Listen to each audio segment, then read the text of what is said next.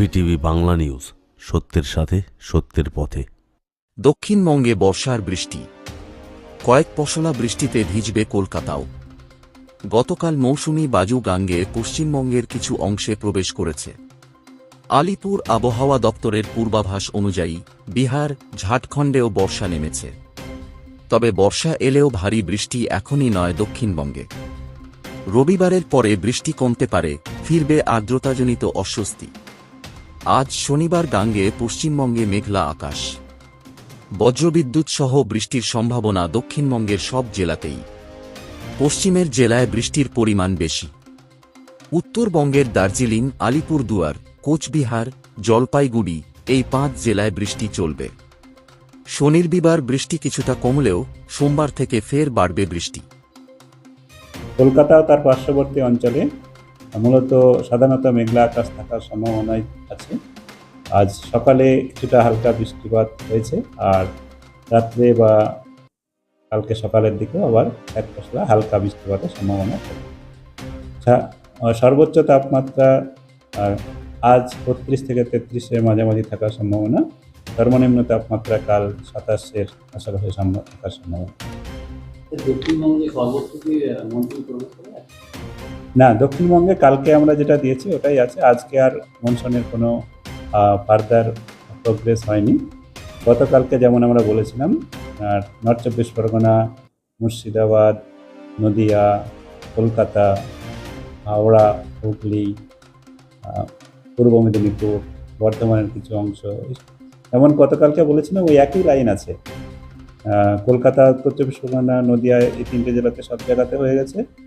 আপনার সাউথ 24 পরগনা আর আমাদের মুর্শিদাবাদের বেশিরভাগ জায়গাতেই হয়েছে। ইস্ট মেদিনীপুর, মানে পূর্ব মেদিনীপুরের কিছু অংশ, হুগলির কিছু অংশ, হাওড়ার কিছু অংশ, পূর্ব বর্ধমানের কিছু অংশ, বীরভূমের কিছু অংশ, আর উত্তরবঙ্গে সব জায়গাতেই হয়ে গেছে। যেমন গতকালকে যে লাইন ছিল আমাদের, আপনার সেই লাইনই আছে। আজকে আর কোনো প্রোগ্রেস হয়নি।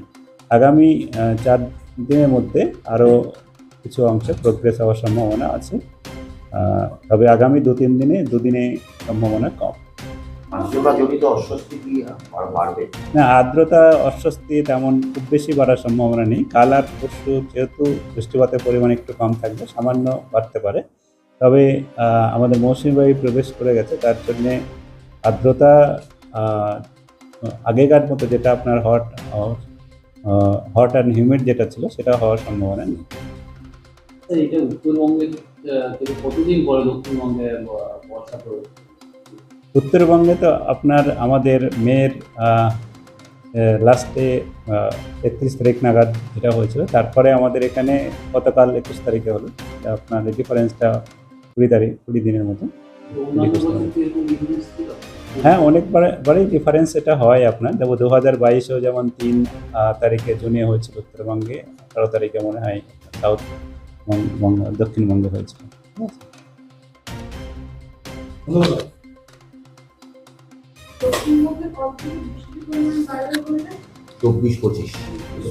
ওই তেমন বৃষ্টির পরিমাণ বাড়া মানে হচ্ছে আপনার কাল, আজকে 22 তারিখ, 23-24 এই দুদিনে আরও কম থাকবে। আজকে যেটা হচ্ছে তার থেকে আবার ক্রমশ বাড়তে থাকবে 25 তারিখের পরে।